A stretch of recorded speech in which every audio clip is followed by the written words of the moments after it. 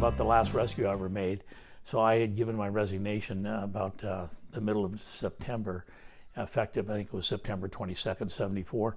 And a couple of days before that date, I was still working, and I got a call from the end of the pier, fish and tackle, and apparently some guy had fallen off the end of the pier and was drowning.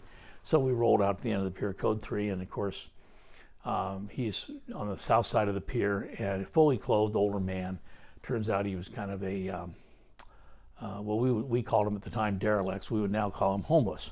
And he was inebriated, and he'd been sleeping underneath the pier and just, rolled off the catwalk and into the water. So he's, trying to keep himself afloat. So we hop over the pier into the water with him, and I'm thinking, how am I going to get this guy out of the water? I don't want to swim him to the beach. He'll never hang on. He's drunk.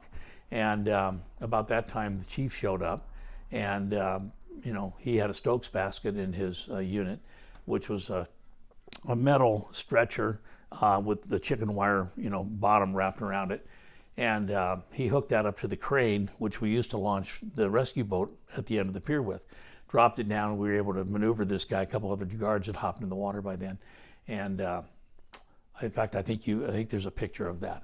And we managed to get this guy into the Stokes basket and raised him up. And so I was really grateful that the crane was there, because, like I said, I really didn't want to even think about swimming him to the beach or somehow getting him over my shoulder and climbing up that rack that was out at the end of the pier. Now, this was your last rescue? That was literally my last water rescue. Yeah. Well, it might as well be memorable. Well, it was certainly memorable.